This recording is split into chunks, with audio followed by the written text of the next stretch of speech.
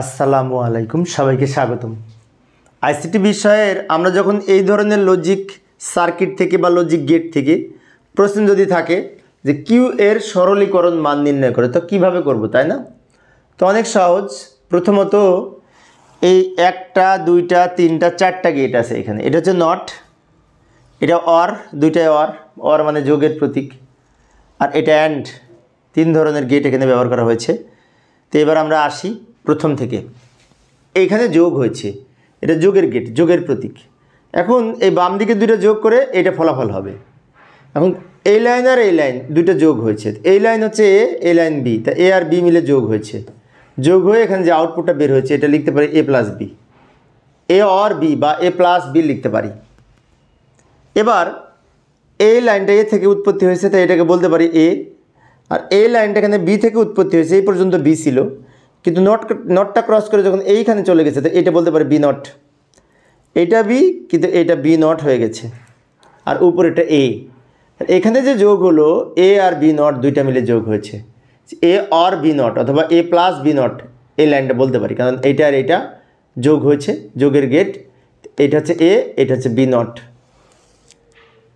এবার এইখানে আসি, এইখানে কি করেছে, কিউ এর মান হবে এইটা আর এইটা দুটো মিলে গুণ হয়েছে, এই যে গুণের প্রতীক, এটা অ্যান্ড গেট মানে গুণের প্রতীক। এ প্লাস বি ইন্টু এ প্লাস বি বার, এই দুটা, এই যে প্রথমটা এইটা ব্র্যাকেট দিয়ে রাখলাম, ইন্টু এইটা। বিষয়টা আবারও বলছি, লক্ষ্য করি, এটা কিন্তু গুণের জন্য অ্যান্ড গেট। এখন কোনটা কোনটা গুণ হয়েছে, এই লাইন আর এই লাইন। এই লাইনটা হচ্ছে এইটা ইন্টু এই লাইনটা হচ্ছে এইটা, দুইটা মিলে গুণ হয়েছে। এখন এটা হচ্ছে কিউ এর আউটপুট, কিউ এর মান। এখন এই ক্ষেত্রে আমাদের সরলীকরণ মান নির্ণয় করতে বলেছে। তো সরলীকরণ মান নির্ণয়ের জন্য আমরা একটা কাজ করতে পারি, এইটাকে সরল করতে পারি। প্রথমে গুণ করব, তারপরে কমন নেওয়ার চেষ্টা করব। তো গুণ করার জন্য এখানে ধরবে না, ছোট জায়গা, আমি পরের পেজে নিয়ে যাচ্ছি। এটাকে আমি পরের পেজে নিয়ে আসলাম, এই যে এইখানে নিয়ে আসলাম। কিউ সমান A or B and A or B bar. তো এটা থেকে আমরা সরল যদি করতে চাই তো প্রথমে ব্র্যাকেট আউট করে দেবো, ব্র্যাকেট তুলে দিব। তো ব্র্যাকেট তুলে দিতে হলে এই দুটো গুণ করতে হবে, তাই না? হ্যাঁ, গুণ করতে হবে।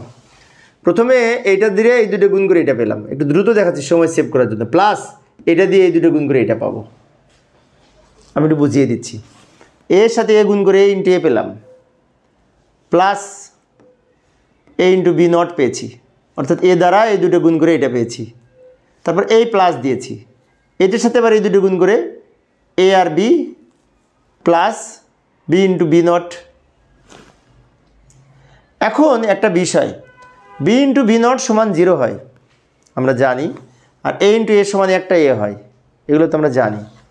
সেজন্য আমরা এখানে এ ইন্টু এ সমান একটা এ লিখলাম, প্লাস এখানে যা ছিল রেখে দিলাম, প্লাস এখানে যা ছিল রেখে দিলাম, প্লাস এখানে মান 0 হবে, কারণ এ ইন্টু এ নট সমান 0।